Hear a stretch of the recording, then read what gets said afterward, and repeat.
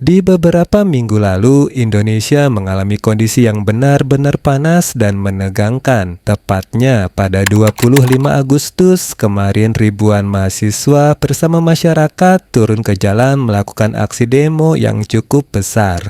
Demo ini dipicu oleh naiknya berbagai kebijakan ekonomi yang dianggap membebani rakyat, terutama kenaikan harga kebutuhan pokok yang semakin hari semakin sulit dijangkau. Ketidakpuasan masyarakat memuncak karena pemerintah dianggap gagal mengendalikan harga dan malah sibuk dengan kepentingan politik, sehingga jalanan menjadi lautan massa yang berteriak menuntut perubahan dan keadilan. Situasi semakin diperburuk ketika berita menyebar begitu cepat di media sosial bahwa ada seorang driver ojek online yang meninggal saat aksi berlangsung yang membuat emosi massa makin terbakar.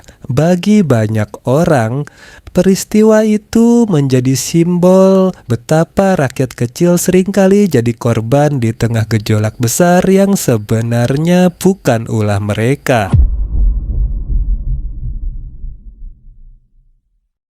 Awal mula demo ini dipicu oleh kabar soal kenaikan anggaran DPR yang mencuat ke publik.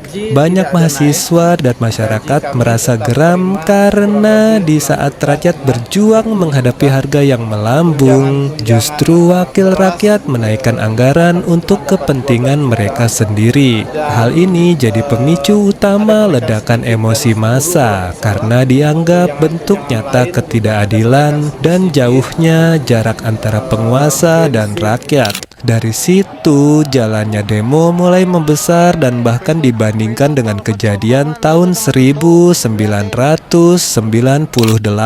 Sorakan mahasiswa, orasi lantang, serta spanduk penuh kritik membuat suasana jalanan seakan mengulang kembali sejarah ketika mahasiswa dulu menekan rezim Orde Baru. Bedanya kali ini media sosial memperkuat suara rakyat sehingga informasi menyebar lebih cepat dan makin sulit dibendung. Dalam situasi yang semakin memanas, muncul kabar mengejutkan bahwa beberapa influencer yang sebelumnya dekat dengan pemerintahan mulai dihentikan suaranya. Ada yang akunnya dibatasi, ada yang dihentikan kerjasamanya, bahkan ada yang menghilang dari layar publik. Hal ini menimbulkan spekulasi bahwa pemerintah berusaha meredam pengaruh opini publik di dunia maya yang semakin kuat mendorong kritik dan protes. Namun langkah ini justru membuat publik semakin curiga bahwa ada sesuatu yang sengaja ditutup-tutupi. Tidak hanya itu, saat demo berlangsung terjadi penjarahan dan rusuh di sejumlah titik.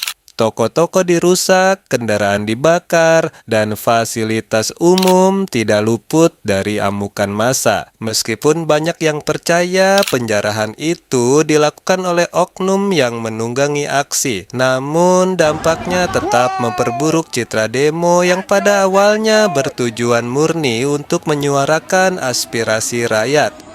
Pada akhirnya, aksi demo 25 Agustus kemarin meninggalkan banyak pelajaran penting. Bagaimana rakyat begitu marah hingga rela turun ke jalan. Bagaimana situasi bisa memburuk hanya karena satu kejadian tragis. Dan bagaimana pemerintah terlihat kebingungan menghadapinya. Dari semua kekacauan itu, yang jadi pertanyaan besar adalah apa yang akan dilakukan generasi muda ke depan. Apakah mereka akan berhenti hanya dengan teriakan di jalan atau mampu menciptakan solusi nyata yang bisa membawa Indonesia keluar dari lingkaran masalah yang sama.